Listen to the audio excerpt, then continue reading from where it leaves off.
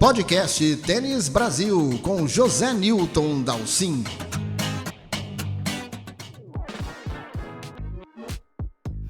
Final de semana todo especial com a disputa da fase qualificatória da Copa Davis, classificando aí 12 países para a fase de grupos, vamos dizer assim, a primeira parte da fase final da disputa real de título da Copa Davis 2024. Vocês sabem, a Copa Davis sofreu toda essa mudança, toda essa nova configuração que desagradou a maciça maioria das pessoas, jogos reduzidos para 3 sets, apenas 2 jogos por fim de semana.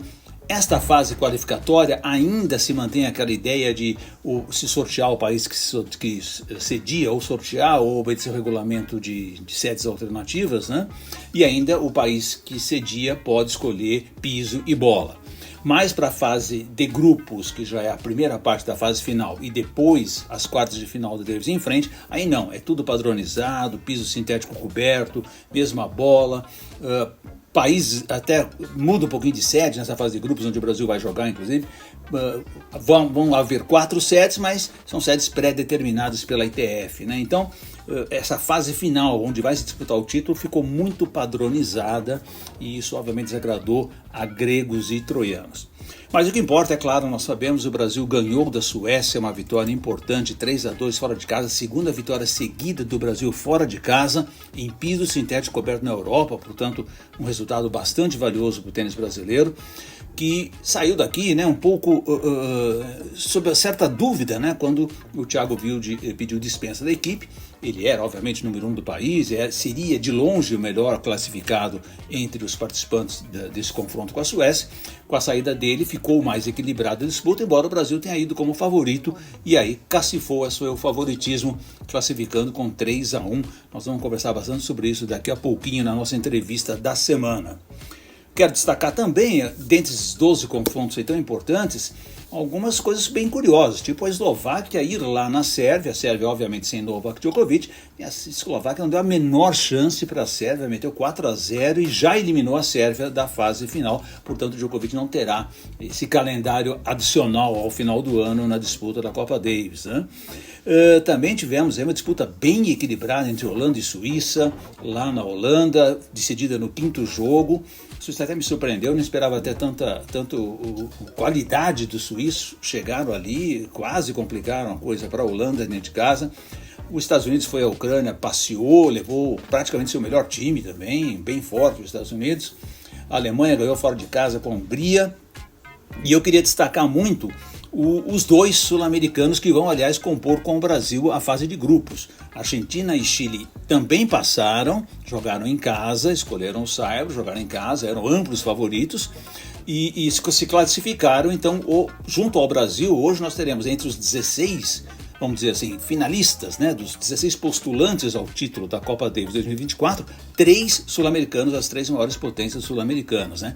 Só que a Argentina passou um sufoco incrível diante do Cazaquistão, lá em Buenos Aires, com um total o destaque para o Timofeu Skatov, que ganhou do Cerúndolo e por muito pouco, aliás, ganhou do Cerúndolo, ganhou do Baez, e o Baez, por muito pouco, não perdeu a quinta e decisiva partida contra o Drimit Pópico. O Pópico sacou para vencer no 3º set, não conseguiu, foi quebrado. Quando foi ao tie-break, teve 2 match points para classificar o Cazaquistão. E o Baez conseguiu no finalzinho ali do sufoco, aquele apoio incrível que a torcida argentina sempre coloca em quadra, conseguiu aí classificar a Argentina. E já o Chile, que também recebeu em casa o Peru, também levou um sufoco totalmente inesperado e foi vencer só na 5ª partida, depois ainda de perder o 1º set da 5ª partida. O Alejandro Tabili conseguiu ainda virar o confronto e classificar o Chile, né? Então, bem legal isso, nós temos 3 países sul-americanos entre os 16 qualificados. Só lembrando aqui para vocês então que Itália, atual campeã, e Austrália, atual vice, entraram diretamente na fase de grupos junto aos convidados. Eu detesto convidados nesse tipo de situação, Espanha e Grã-Bretanha. A gente sabe que o convite da ITF para a Espanha é porque ela cedia provavelmente vai sediar uma das fases de grupo e vai sediar necessariamente a final em Málaga de novo. Então eles empurram a Espanha ali para ver se de algum jeito a Espanha chega nessa fase final e aí garante um bom público, né? É uma coisa realmente deplorável nesse sistema da Copa Davis. E a Grã-Bretanha também recebeu um convite, aí pior ainda, né? A Grã-Bretanha tem um histórico, embora tenha sido campeã da Copa Davis razoavelmente recente, mas a Grã-Bretanha não tem tido desempenhos para justificar um convite desse. Também a gente sabe que o convite vem em função da Grã-Bretanha provavelmente sediar também uma das etapas dessa fase de grupos, né? Então fica Itália, Canadá, Austrália, Espanha, Grã-Bretanha, Alemanha, Holanda, República Tcheca, devem ser os 8 principais países no ranking da Copa Davis, Estados Unidos, Finlândia, França, Bélgica, Eslováquia, Brasil, Argentina e Chile. Portanto, aí formado esse importante grupo mundial. E eu queria ainda, só para a gente encerrar essa recapitulação, lembrar aí do grupo 1, que eu achei uma coisa bem interessante. O grupo 1 é aquele grupo, vamos dizer, de acesso, os países lutam para tentar conseguir a vaga no qualificatório para o ano que vem, do ano seguinte, né? E tivemos confrontos interessantíssimos, né? Como a Colômbia sofrendo em casa para ganhar do Luxemburgo, a Colômbia cada vez mais desfalcada, né? Os jogadores, seus melhores jogadores se aposentando, né? Então a Colômbia com muita dificuldade de classificação. A Grécia, que colocou o Tsitsipas em quadra, né, os irmãos Tsitsipas, mas especialmente o Stefanos, e ganhou 4-0 da Romênia sem nenhuma grande dificuldade. Também achei muito interessante a Polônia e a Noruega colocarem em quadra o Huberto Hurkacz e o Casper Ruud. Os dois foram, jogando em casa, obviamente, foram para a Copa Davis e conseguiram... Desculpa, a Polônia não jogou em casa não, a Polônia jogou no Uzbequistão. E os dois conseguiram aí classificar seus times até com grande facilidade. E um destaque sempre necessário, o Paquistão e a Índia jogaram em Islamabad. Você sabe que existe esse confronto histórico entre os dois países na questão política por território, e a Índia até não queria ir jogar no Paquistão, o melhor jogador indiano se recusou aí, não foi, inventou ali uma desculpa para não ir, mas acabou sendo sim realizado o evento no Paquistão e a Índia foi lá e ganhou por 4-0, superando aí divergências políticas, o que é muito legal. E o nosso convidado desta segunda-feira para ter um papo aqui com a gente é Paulo Cleto. Paulo Cleto, ex-capitão de Copa Davis, ficou ali 18 anos no comando do time brasileiro de Copa Davis. Paulo Cleto vai bater um papo aqui com a gente sobre o que aconteceu nessa grande vitória do Brasil sobre a Suécia, 3-1. Com vocês, Paulo Cleto. E quando o assunto é Copa Davis, o podcast de Tênis Brasil tem que, obviamente, recorrer ao conhecimento, à experiência, aos longos anos de capitão de Copa Davis, de Edson Paulo Cleto. Paulo Cleto, mais uma vez, muito obrigado pela tua presença aqui no podcast. Vamos aí analisar tudo o que aconteceu esse fim de semana e principalmente projetar o Brasil para as próximas rodadas. Prazer ter você aqui comigo. Prazer é sempre meu, Zé Milton, e um abraço também para os seus leitores. Paulo, o Brasil pela segunda vez seguida vai ao sintético coberto na Europa e vence. É uma coisa nada comum para o tênis brasileiro. Ganhamos da Dinamarca, né? E agora vencemos a Suécia. Ok, a Suécia não é aquele time de outrora, né? Aquele time de grandes nomes, mas de qualquer forma você está saindo daqui. Vamos pegar bem o caso do Thiago Monteiro ou do Gustavo Eide, que jogaram simples. Eles estavam treinando no Saibro, eles se prepararam para o Saibro porque eles deram sua largada de temporada no Saibro. Aí você tem que fazer uma transição muito rápida para o sintético coberto, embora a quadra não tivesse assim tão rápida.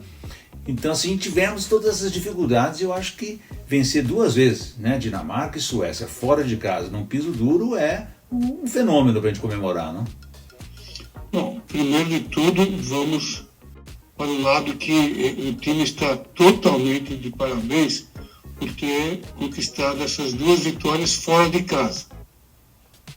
Quanto ao peso, os pesos do circuito, tanto o circuito ATP, o WTA, como Copa Davis, eles não são mais como eram antigamente. Isso aí é uma coisa que ficou para trás. Então, se um dia a gente tem que jogar na Alemanha sobre um carpete que mais parecia uma quadra de hóquei sobre o gelo, hoje essas quadras são quase que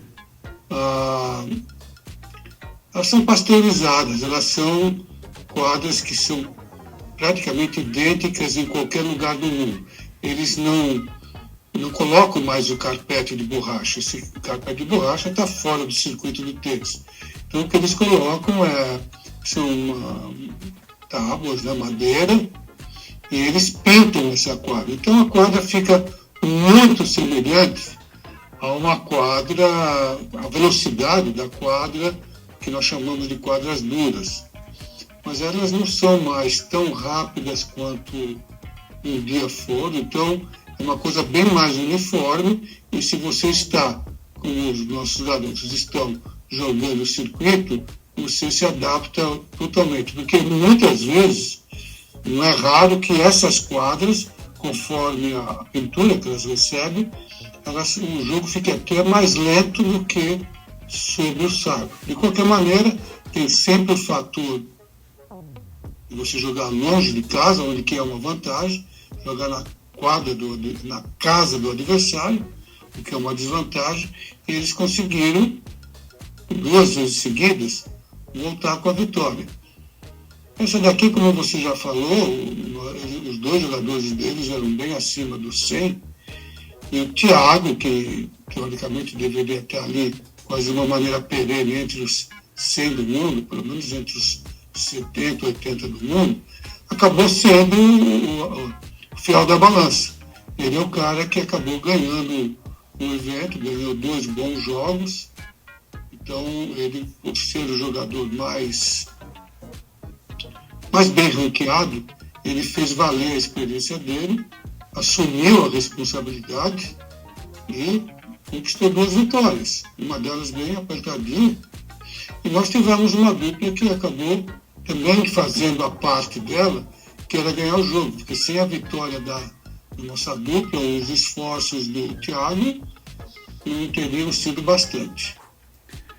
Agora, eu particularmente fiquei muito satisfeito, Paulo, de ver o Thiago Monteiro ter esse desempenho tão espetacular, que foi primeiro lá na Dinamarca, onde ele ganha do Roger Rune, né, que era no top 5 do ranking, ele era o bicho-papão da Dinamarca. Ele vai lá, ganha do Roger Rune, num piso que obviamente é muito mais favorável ao número 5 do mundo, num jogo em que ele esteve para perder, né? Teve para perder, precisou segurar a cabeça dele ali, e a situação se repete agora contra o Wimmer. Claro, o jogo do Wimmer era um pouquinho menos complicado, porque o Brasil liderava por 2-1, então tinha uma pressão enorme sobre o Elias Wimmer, mas de qualquer forma o Wimmer teve o jogo na mão, né? Teve num set 4-3 e 3 breakpoints para quebrar o Thiago, que obviamente complicaria muito a situação, e ele novamente conseguiu se manter, manteve a cabeça, e nessas 2 situações tão importantes, o Monteiro, que é tão criticado muitas vezes, né, porque ele deixa escapar alguns jogos, e ele mesmo reconhece isso, mas ele conseguiu, nessas 2 situações de Copa Davis tão difíceis,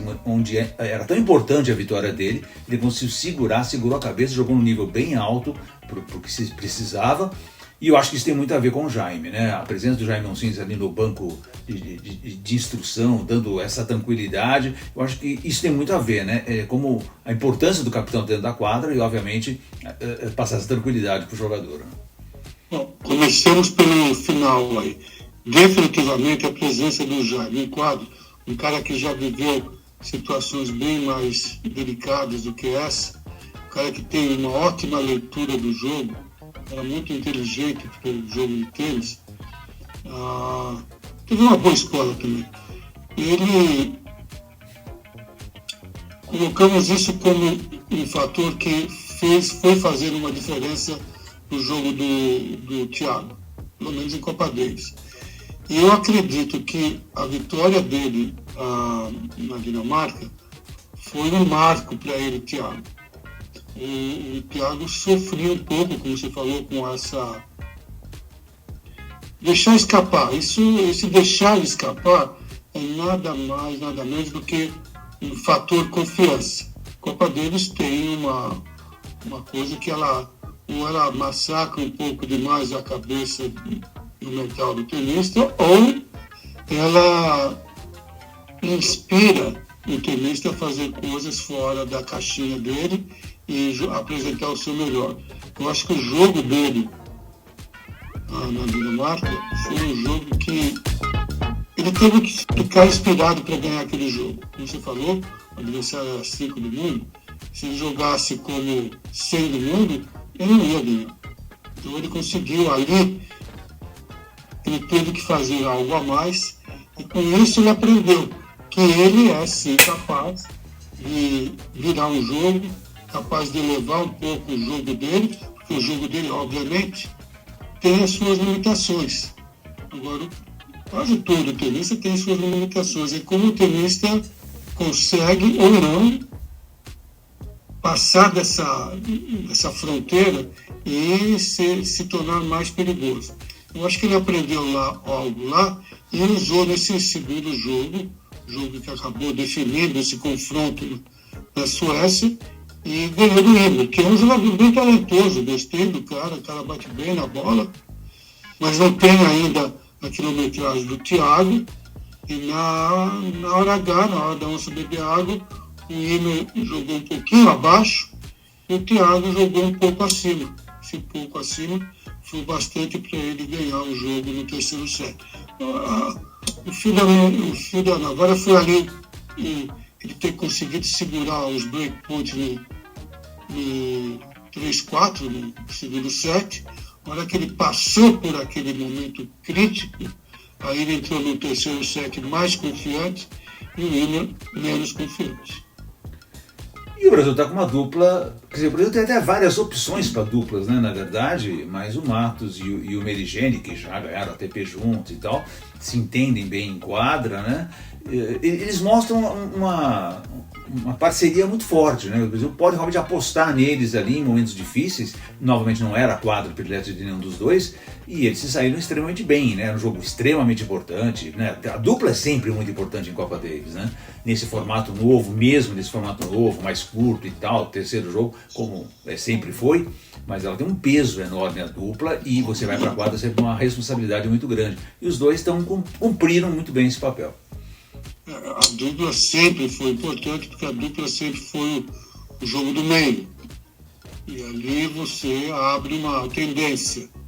E aí foi por isso que o Thiago acordou bem, sabendo que ele iria ali jogar um jogo para ganhar. Agora, o Rafael e o Meligeni, eles vêm jogando bem juntos já faz algum tempo. Eles já deixaram, eu não lembro nem contra quem, que eles têm um jogo praticamente ganho, se complicaram, mas é uma dupla, até porque o Rafael joga de uma maneira, ele é bem mais conservador, você pode contar com as bolas dele entrando em quadro. E o Meligeni é mais o corredor, que é o cara que vai enfiar a mão na bola, a bola vai andar, se a bola começa a entrar, ele incomoda qualquer um. Então é uma dupla esse caso, e ontem eles conseguiram passar por cima dos adversários. É uma dupla que tem suas limitações, mas é uma dupla, como você falou, para o time que nós temos, é uma dupla que está de bom tamanho. Já o Gustavo Eide entrou na fogueira, né? Ele acabou sendo colocado como titular de simples, vamos dizer assim, meio de última hora. Claro que ele viajou sabendo que ele ia provavelmente jogar simples, mas havia opção também pelo Meligeni. Ele acabou indo, fez um ótimo primeiro set, depois novamente perdeu o embalo. Isso tem sido uma coisa meio frequente para o Eide, né? Ele começa muito bem o jogo, depois ele de alguma forma ele começa a perder o embalo e não consegue voltar mais, né? Mas de qualquer forma, ele está se encaixando na equipe, né? Ele é mais um elemento que se pode encaixar bem no time. Então, desta vez, vamos começar pelo início. Esse negócio de dizer ou tirar a cartola, ele foi colocado na fogueira, isso aí para mim é história para boi dormir. Se o cara não quer jogar, então quando ele é convocado para o capitão, eu faço, eu vou, mas eu não jogo, hein? Sabe, para mim o tenista que vale as cuecas que ele usa, ele tem que ficar ali louco para jogar. Eu já tive, quando era capitão, um jogador que ficava ali, fechava a porta do banheiro e ficava rezando para não ser escalado, entendeu? Como tinha um cara que ficava olhando feio para mim, porque ele queria ser escalado. Adivinha qual que eu preferia escalar, entendeu? Então, se ele quer entrar no time, ele tem que querer entrar no time para jogar, não para constar, para ser reserva, né? Ninguém precisa de reserva, a gente precisa de titulares. Agora, você fez a leitura bem. Primeiro que o Jaime bota fé no Gustavo, porque senão ele não estaria lá. Segundo que eu também coloco muita fé no Gustavo. Terceiro que o Gustavo não coloca tanta fé nele. O Gustavo é um jogador que tem um arsenal muito grande. Ele melhorou muito o saque dele, tem uma tremenda de uma esquerda, sabe volear, tem boa direita, ele tem muita coisa. Só que ele viaja, ele se permite viajar. Ele matou, ele abriu 5-0 no primeiro set no jogo que ele jogou, depois ela fez e matou 6-1, e aí ele dá uma viajada. Não é a primeira vez que isso acontece com ele, que acompanha um pouco. Ele está toda hora perdendo jogos que ele deveria sair da quadra como vencedor. E isso é uma coisa que vai determinar como vai ser a carreira dele. Ele tem o talento, ele bota trabalho, não pense que é porque ele não trabalha, não, porque ele trabalha. Mas ele se permite a dar uma viajada, algo que para onde ele está querendo jogar, que é, primeiro, como profissional, ele não é mais um jovem promissor, ele é um profissional. Segundo, titular de Copa Davis, ele tem que passar uma segurança para o técnico, no caso o Jaime, que o cara vai colocar ele e ele vai ganhar o jogo, especialmente se for um jogo ganhado. Você não pode exigir ou ficar chateado se o cara perde um jogo onde que o adversário é claramente melhor que ele, que não foi o caso no jogo que ele perdeu. Eu diria que ele era claramente, né, ele joga mais tênis que o Lima. O Lima está ali, está melhor ranqueado, mas o Gustavo joga muito tênis. Está na hora dele botar na cabeça, e ele está aos poucos fazendo isso. Viu? Vamos dar esse crédito para ele. Ele está aos poucos encaixando o jogo mental, que no final da história, vamos colocar, a partir de um certo momento, para o tenista profissional, é tudo uma parte emocional mental. Se ele consegue enfiar 5-0, 6-1 no cara, ele consegue acabar com a fatura em 2 sets. É só ele, ao invés de cair quando está na frente, crescer. A melhor maneira de você crescer dentro de um jogo inteiro é quando você percebe que você tem um arsenal para ganhar seu adversário. Só que isso aí tem que ir lá e acabar com o adversário, não montar uma caminha para o outro deitar. Então o Gustavo é um cara que tem futuro nessa equipe, com certeza.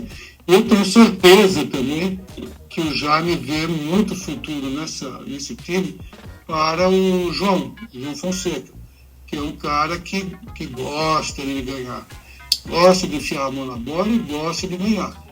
Ainda é jovem, 17, não sei se esse ano ele vai estar onde que eu espero que ele esteja, ele é bom, mas ele logo ele vai estar nesse time aí, e se Deus quiser, por um bom tempo.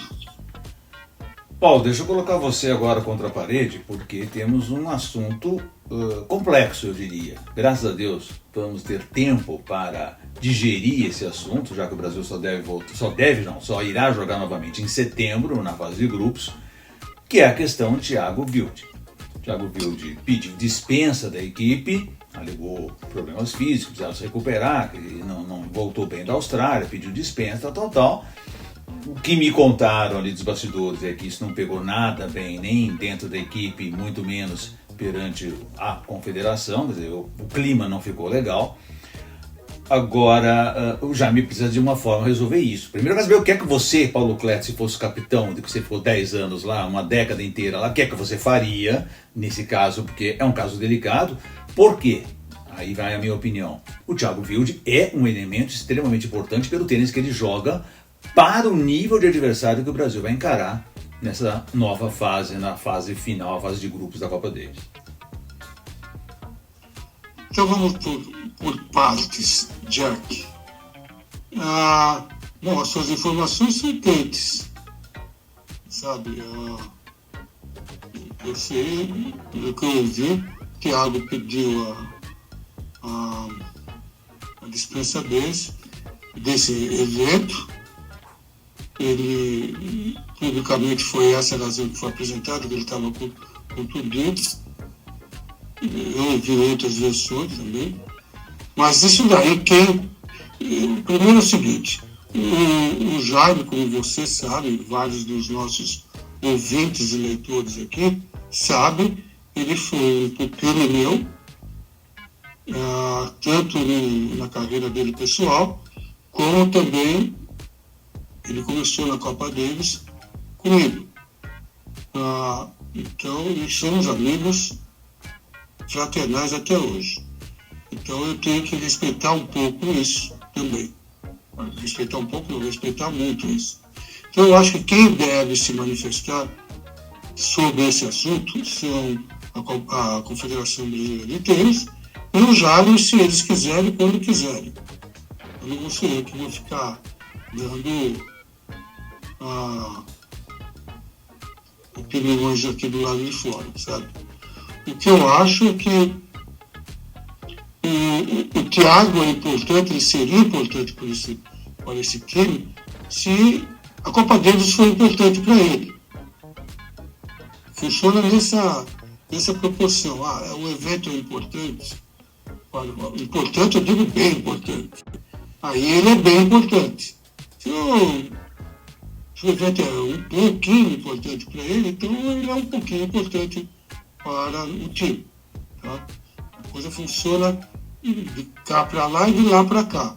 Eu só posso te dizer o seguinte, como você falou, eu fui 18 anos como técnico da Copa Davis e durante esses anos todos, tempo inteiro, os jogadores tinham que abrir mão, eles tinham ao optar por atender o chamado de defender o país, e mudou o estilo de Copa Davis, mudou 3 dias, aí foi para 2, o que ficou mais fácil ainda. Mudou várias coisas, mas o nome na camisa não mudou, continua sendo Brasil. O cara tem que ter essa paixão, que você vê esses videozinhos aí na mídia social, não só do time do Brasil festejando, comemorando em quadra. Você vê de outros países também, aquilo lá é uma paixão que tem muito envolvido ali, além do jogo de tênis, além da possível grana que eles ganham, entendeu? Tem um amor à camisa ali que um pouco do mundo mudou. Não existe, em alguns lugares não existe tanta paixão como antes. Muita gente, a grana fala mais alto. Então, mas deu para ver que lá, ali na Suécia, como outras vezes, esse time liderado pelo Jaime Alcides, que é um fiel, ele acredita muito nisso daí. A Copa Davis é muito importante para ele hoje, como foi durante a carreira dele. Então ele quer que quem venha para o time dele venha um compromisso de enxergar da forma que ele enxerga. Por isso que ele é técnico, senão a coisa não casa, não rola. Então, eu acho que ele vai ter que avaliar como que vai ser. Eu acho que o Thiago também tem que avaliar como que é que ele enxerga a Copa Davis. E eles vão ter que se afinar, conversar, entendeu? Como que ele seria, sim, com mais um ano que ele vai ter agora no circuito, né? Que esse ano 24, ele deve chegar no final do ano jogando um tênis melhor ainda do que ele está jogando. Então, um cara com esse perfil, com esse poderio tenístico, ele sempre vai ser importante para o time do Brasil. Mas também ele tem que estar com a visão correta para ele entrar no time como mais um participando, a querer ser bem-vindo junto ao time, querer se encaixar num time que está ali disposto a abrir mão de uma série de coisas e querer lutar de uma maneira mais abnegada por conta do nome da camisa. Então, eu acho que entre agora e quando que vai ser? É novembro? Setembro. Setembro. Tem muita água para correr debaixo da ponte. Eu espero que os envolvidos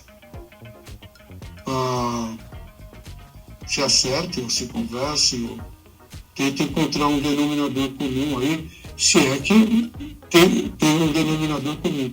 Agora, como você mencionou, você falou, é importante para o time, mais importante ainda para a CBT. Eu acho que a ordem é invertida. É importante para a CBT, obviamente, que a CBT investir nele, de mais de uma forma, né, financeiramente. Mas ele é importante para o time, se ele for um participante do time.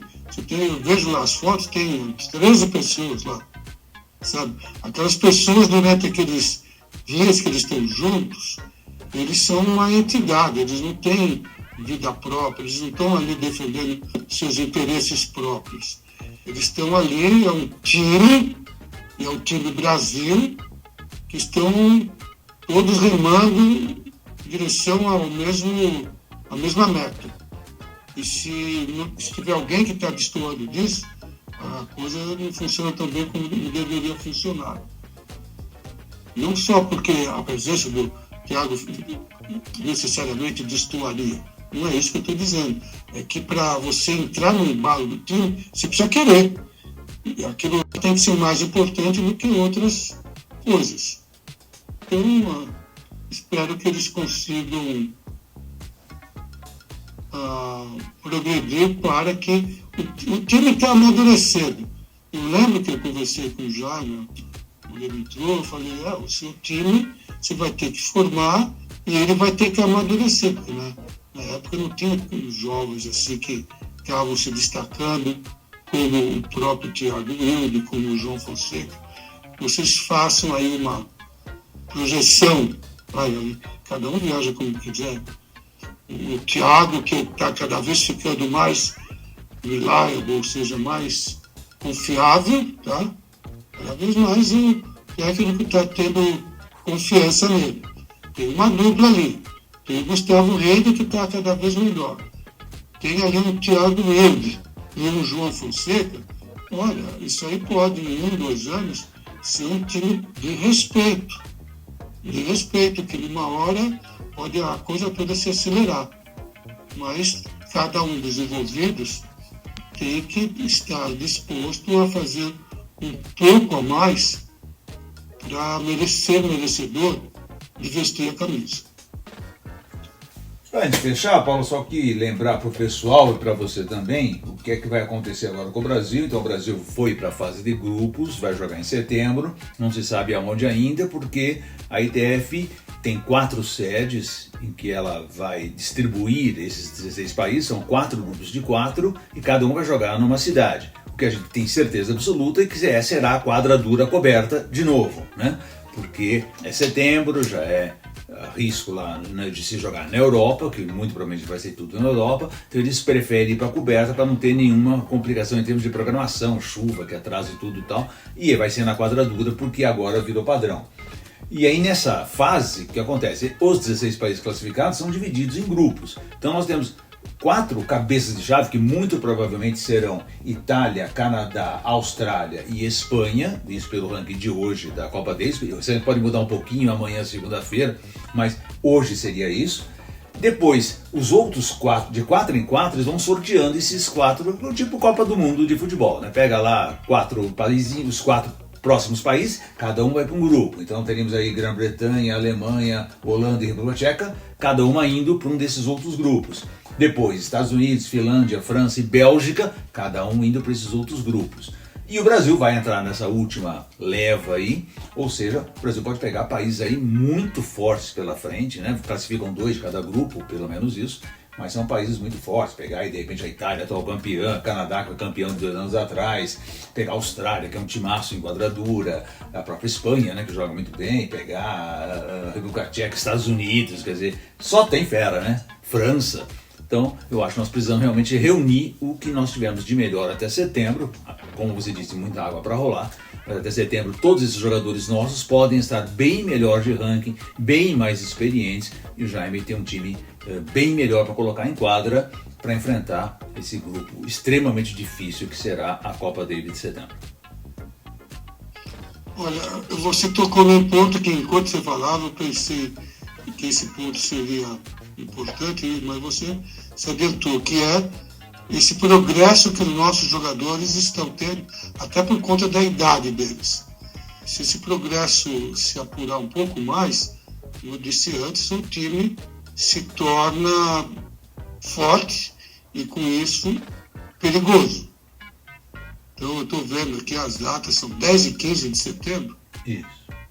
E, como você já falou, tudo indoors e hard, que é uma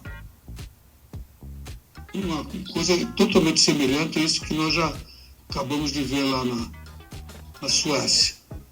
Vai depender muito de como o time, os jogadores individualmente vão estar tecnicamente. Tá? Aí, a partir daí, o Jaime sabe muito bem como fazer, os jogadores gostam dele e confiam nele. Isso eu já vi de mais de uma forma. E isso é muito importante para o técnico capitão. Ele ter esse respeito e, às vezes, o respeito até é mais importante do que o cara gostar, sabe? O cara precisa saber o que está fazendo e os outros precisam acreditar nele. Então o Jaime tem essas credenciais, os jogadores, o time como um todo tem que dar um subidinho de padrão até para ficar no padrão do técnico que nós temos hoje disponível. Edson Paulo Cleto, quero agradecer demais novamente a tua presença aqui no Podcast Tênis Brasil. Vamos continuar na torcida, provavelmente lá em setembro eu vou te perturbar de novo para a gente avaliar aí as chances do Brasil quando esses grupos forem definidos, nós soubermos onde nós vamos jogar e principalmente com quem nós vamos jogar.